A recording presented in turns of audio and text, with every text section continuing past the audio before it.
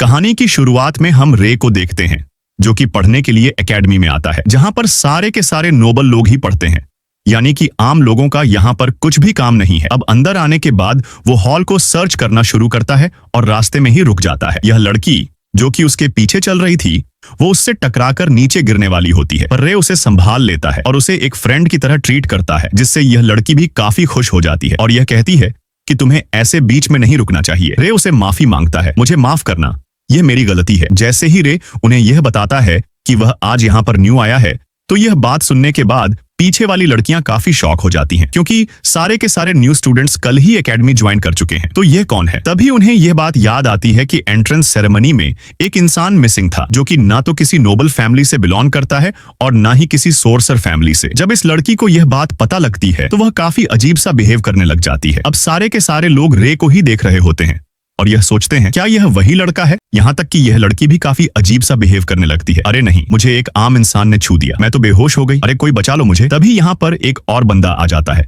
जिसका नाम है अल्बर्ट, और वो यह कहता है क्या तुम ही रे हो? रे, हाँ मेरा नाम ही रे है। अल्बर्ट, अपना हाथ साइड करो और मुझसे दूर रहो। तुम्हें क्या लगता है कि यह एकेडमी तुम जैसे लोगों के लिए है? तुम एक आम इंसान हो, यहाँ पर सिर्फ नोबल लोग आते हैं, तो तुम यहाँ से निकल जाओ। रे, ओए लल्लू थोड़ा शांत हो जा, और वैसे भी मैं यहाँ पर काफी सारी नई चीजें सीखने के लिए आया हूँ, तो मैं यहाँ से क्यों जाऊं? अल्बर्ट उसे मारने का कोशिश करता है, पर रे उसे काफी आराम से डॉज कर लेता है, जिससे अल्बर्ट को और भी ज्यादा गुस्सा आ जाता है, तेरी भैंस की। लेकिन तभी यहाँ पर रोज आ जाती है, जो कि इनकी फाइट को छुड़वा देती है। अल्बर्ट ये कहता है अभी तो मैं यहाँ से जा रहा हूँ, लेकिन मैं तुम जैसे बंदे को यहाँ पर एक्सेप्ट नहीं करूंगा। अब रोज और रे एक दूसरे के आमने सामने थे। रे उसे कहता है तुम्हारा शुक्रिया कि तुम सही टाइम पर आ गई, जिसके बाद ये दोनों एक दूसरे को अपना इंट्रोडक्शन देते हैं। रोज ये कहती है मेरा नाम है एमिलिया रोज, और हाँ मुझे भी सारे रे के नाम से जानते हैं। हैंडशेक करते हुए रोज उससे ये कहती है तो तुम एक ऑर्डिनरी हो और तुम यहाँ पर क्या कर रहे हो? तुम्हें देखकर ऐसा लगता है कि तुम्हारी स्किल्स काफी कमाल की है जो तुम यहाँ पर आए। अब ये दोनों ऐसी ही बातें कर रहे होते हैं। रोज उससे कहती है अगर तुम्हें कोई भी दिक्कत हो तो तुम मुझे बता सकते हो। अगले ही पल ये सारे के सारे बच्चे हॉल में आ जाते हैं, जहां पर एकेडमी प्रिंसिपल एक स्पीच दे रही होती है। वो यह कहती हैं आप सभी का स्वागत है आर्नोल्ड एकेडमी ऑफ सोर्सरी में। यह एकेडमी पूरे वर्ल्ड में एक काफी अच्छी एकेडमी मानी जाती है। यहाँ तक कि वह सारे बच्चों को यह भी बता रही होती हैं कि वह सारे यहाँ पर अपनी स्किल के दम पर आए हैं और उन्हें इस बात पर घमंड नहीं करना है। तुम सभी को इतनी ज्यादा मेहनत करनी है कि तुम सारे बेस्ट सोर्सर बन पाओ, तो लग जाओ अपने काम पर। लास्ट में ये प्रिंसिपल अपना नाम बताती है, मेरा नाम है एबी गार्नेट, और इसी के साथ ये स्पीच भी यहीं पर खत्म हो जाती है। अब एक एक करके सारे बच्चे अपनी स्पीचेस दे रहे होते हैं। रोज यह कहती है मैं इस बात से काफी ज्यादा खुश हूँ कि मुझे यहाँ पर पढ़ने का मौका मिल रहा है और आगे हमारे सामने काफी सारी डिफिकल्टीज आने वाली हैं, तो हम सभी को तैयार रहना है। सारे बच्चे उसकी बातों को बड़ी गौर से सुन रहे थे, खासकर लड़कियां, और वो यह कहती है हम यहाँ पर इसीलिए आए हैं ताकि हम सोर्सरी सीख पाएं और ताकतवर बन पाएं। जिसके बाद हम क्लासरूम में आते हैं, जहां पर सारे के सारे बच्चे रे के बारे में बातें कर रहे होते हैं। रे अपना इंट्रोडक्शन देता है और वह यह कहता है मेरा नाम है रे, और जैसे कि आप सारे लोग जानते हो, जब से यह एकेडमी बनी है तब से मैं यहाँ पर पहला ऑर्डिनरी स्टूडेंट हूँ और मैं यह मेहनत करूंगा कि मैं एक काफी अच्छा सोर्सर बन पाऊं। लेकिन अब भी सारे के सारे बच्चों के दिमाग में सिर्फ एक ही क्वेश्चन होता है, ये ऑर्डिनरी स्टूडेंट यहाँ पर क्या कर रहा है और ये यहाँ पर आया कैसे? तभी टीचर नाम बताती हैं, जिनका नाम है मिस ग्रे। तभी रोज रे से कहती है मैं तुम्हारे साथ पढ़ाई करने के लिए काफी उत्सुक हूँ। अल्बर्ट जब यह सारा कुछ देखता है तो उसका चेहरा गुस्से से लाल हो जाता है, इसकी तो मैं बैंड बजा दूंगा। पर जैसे ही रे अपनी सीट पर बैठने के बाद बाहर देखता है तो वह यह नोटिस करता है कि बाहर तबाही मची हुई है। मिस ग्रे को यह देखकर काफी गुस्सा आता है, ये बच्चा बाहर क्यों देख रहा है, और वो इसके ऊपर एक चौक फेंक कर मारती है, पर रे उसे अपनी दोनों उंगलियों से रोक लेता है। वो कहती है क्लास में अपना ध्यान रखो। इसके बाद सभी की पढ़ाई शुरू हो जाती है और यह सारे सोर्सर्स रैंक के बारे में बात कर रहे होते हैं। रोज ये बताती है हमारी सोसाइटी में रैंक्स को 5 तरह से डिवाइड किया गया है,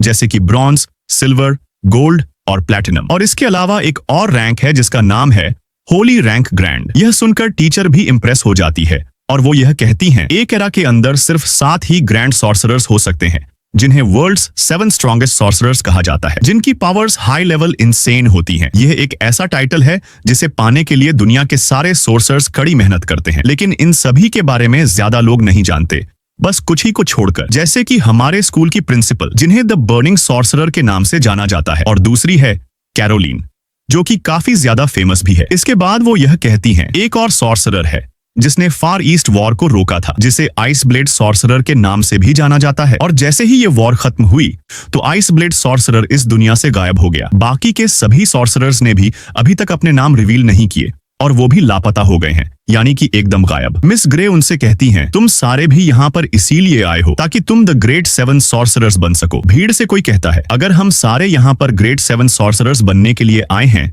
तो यह ऑर्डिनरी यहाँ पर क्या कर रहा है। मिस ग्रे यह सुनते ही काफी तेज गुस्सा हो जाती है। उसने यहाँ पर आने के लिए एक टेस्ट पास किया है, तो तुम अपना मुंह बंद रखो। अगले सीन में हम यह देखते हैं कि ये सारे के सारे बच्चे एक जगह पर इकट्ठे हो जाते हैं, जहां पर टीचर यह बताती हैं, आज हम सॉर्सरी प्रैक्टिकल करने वाले हैं, तो तुम सारे तैयार हो जाओ। वो रोज से ये पूछती हैं, सॉर्सरी क्या होती है। सॉर्सरी एक ऐसी टेक्निक है जिससे वर्ल्ड के पहले मटेरियल यानी कि प्रीमा मटेरियल को रिकंस्ट्रक्ट किया जाता है। टीचर कहती हैं, तुमने एकदम सही कहा। इसके बाद वो उन्हें सॉर्सरी के बेसिक कंसेप्ट के बारे में बताना शुरू करती है, यानी कि हम प्रीमा मटेरियल को पहले एक कोड के अंदर कन्वर्ट करते हैं, उसके बाद में उसे डीकोड करना सिखाते हैं। ऐसा करते हुए तुम्हारे दिमाग में जो भी आता है, तुम जो भी बनाते हो वो तुम्हारे सामने बनकर आ जाएगा। जैसे मटेरियल्स को 4 हिस्सों में डिवाइड किया गया है, सॉलिड, लिक्विड, गैस और प्लाज्मा। ये सुनने के बाद सारे के सारे बच्चे काफी ज्यादा शॉक्ड हो जाते हैं। तभी पीछे से एक लड़की जिसने हुडी पहनी हुई होती है वो यह पूछती है, क्या आपने इसे तोड़ने के लिए एंटी मटेरियल कोड का इस्तेमाल किया। पर टीचर ने साफ मना कर दिया, मैंने ऐसा कुछ भी नहीं किया। इसके बाद ये सारे बच्चे प्रैक्टिस करने लगते हैं और रोज ने एक काफी सुंदर फ्लावर बनाया होता है, जिसको देखकर ये सारी लड़कियां काफी खुश होती हैं। रे भी ये करने की कोशिश कर रहा होता है पर उससे यह नहीं हो रहा था। अल्बर्ट कहता है, ये इंसान फिर से यहाँ पर आ गया, मैं इसे यहाँ पर बर्दाश्त नहीं करूंगा। अगले सीन में हम देखते हैं कि रे की मुलाकात लाइब्रेरी में एक लड़की से होती है जिसका नाम एलिसा था। वो कहती है, मैं भी एन्सवर्थ की तरह एक डॉक्टर बनना चाहती हूँ। वैसे मैं उस इंसान को दिल से काफी रिस्पेक्ट करती हूँ। जब रे उससे यह पूछता है, तुम अपना चेहरा छुपाकर क्यों रखती हो, तो वो ये कहती है, मेरे कान काफी अजीब से हैं। तभी रे कहता है, मैं यह जानता हूं कि तुम एक एल्फ हो और तुम्हारे कान काफी सुंदर हैं। कि एलिसा बताती है, सारे लोग मेरे कानों को देखकर मुझे काफी ज्यादा परेशान करते हैं। पर रे की तारीफ करने से वो थोड़ी सी खुश हो जाती है। जिसके बाद रे एक आदमी से मिलने के लिए उसके पास आता है और इसका नाम एवी था। ये दोनों एक दूसरे को देखकर खुश होते हैं, लेकिन जैसे ही यह दोनों हैंडशेक करते हैं तो इन दोनों के ही कपड़े गायब हो जाते हैं और यह दोनों एक दूसरे को अपनी बॉडी फ्लेक्स करने लगते हैं और काफी अच्छे दोस्त भी दोनों बन जाते हैं। फिर हमें सुबह का सीन दिखाया जाता है जहां पर रे रनिंग कर रहा था। तभी उसकी मुलाकात एक लड़की से होती है जिसका नाम रिबेका है और ये भी उन्हीं 3 नोबल फैमिलीज में से किसी एक से बिलोंग करती है। अब यह दोनों एक दूसरे को अपना इंट्रोडक्शन देते हैं। रे अपना नाम बताता है, मेरा नाम है रे। तभी सीन शिफ्ट होता है जब रे और एवी एकेडमी के लिए जा रहे होते हैं। तो रे उससे पूछता है, ये तीनों नोबल फैमिलीज कौन सी हैं? एवी उससे बताता है, यहाँ पर रोज, ब्रैडली और ऑल ग्रैंडन, ये तीनों ही नोबल फैमिलीज हैं। तभी वो दोनों एकेडमी पहुंच जाते हैं और जैसे ही रे आगे जा रहा था तभी उसकी टक्कर एक लड़की से होती है, लेकिन ये लड़की उल्टा ही रे के ऊपर गुस्सा करने लगती है, ये सारी तुम्हारी गलती है रे। पर मैंने किया क्या, मैं तो बस सीधा जा रहा था। लड़की, तुम मेरे सामने आ गए। रे, तुम सामने से हट भी तो सकती थी। ये लड़की भी रे को देखकर यह समझ जाती है कि शायद से ये वही लड़का है जिसके बारे में पूरे एकेडमी में चर्चा चल रही है। रे उसे कहता है, मेरा नाम है रे वाइट और तुम काफी सुंदर हो। यह सुनते ही वो लड़की भी शर्माने लगती है और वो यह कहती है, मैं एक अच्छी लड़की हूँ और मेरा नाम है क्लैरिस क्लेवलैंड। तुमने अपना नाम काफी अच्छे से बताया है, लेकिन यह क्लेवलैंड फैमिली कौन सी है? क्या सच में तुम मेरी फैमिली के बारे में नहीं जानते? रे, मुझे माफ करना, मुझे इसके बारे में कुछ भी नहीं पता है। लड़की, वैसे अगर तुम मेरी फैमिली के बारे में नहीं जानते तो कोई बात नहीं, तो उस बात को भूल जाओ। वैसे तुम्हें देखकर ऐसा लग रहा है कि तुम्हारी फैमिली में सारे लोग काफी क्यूट और सुंदर होंगे, एकदम तुम्हारी तरह। लड़की, अरे हाँ, तुमने एकदम सही कहा। तभी उसे याद आता है कि वो ऑलरेडी काफी लेट हो चुकी है, तो वो यहाँ से भाग जाती है। यहाँ पर रे भी प्रिंसिपल के ऑफिस में आ जाता है और वो कहता है, आपने मुझे यहाँ पर क्यों बुलाया है? प्रिंसिपल कहती है, तुम इतने फॉर्मल क्यों हो रहे हो? हम दोनों एक दूसरे को अच्छे से जानते हैं और हम दोनों ही रिटायर हो चुके हैं, तो तुम अब मुझे मेरे नाम से भी बुला सकते हो। यानी कि इन दोनों के बीच में कोई ना कोई तो गड़बड़ है और ये एक दूसरे को काफी लंबे समय से जानते हैं। अगले सीन में हम देखते हैं ऑल्बर्ट और रे के बीच में एक सोर्ड फाइट चल रही थी। जैसे ही ऑल्बर्ट उसके ऊपर हमला करता है तो रे बड़ी आसानी से उसकी सोर्ड को नीचे गिरा देता है, जिसे देखकर सारे लोग खुश हो जाते हैं। पर अल्बर्ट को काफी तेज गुस्सा आ रहा था इसकी, तो अब वो दोबारा उसी गुस्से में आकर रे के ऊपर हमला करता है, पर रे उसकी सोर्ड को पूरी तरह से तोड़ देता है। इसे देखकर सभी को एक बात तो क्लियर समझ आ जाती है, रे सच में एक स्ट्रॉन्ग ओपोनेंट है। तभी एबी भी दूर से खड़ी हुई इस फाइट को देख रही थी और वो कहती है, मैं ये बात देखकर काफी खुश हूँ कि तुम्हें अपनी दूसरी एकेडमी लाइफ पसंद आ रही है, रिवाइट द आइस ब्लेड सॉर्सरर। अच्छी लगी तो सब्सक्राइब कर देना और कमेंट करके बताना कि आपको कौन सी नेक्स्ट वीडियो चाहिए।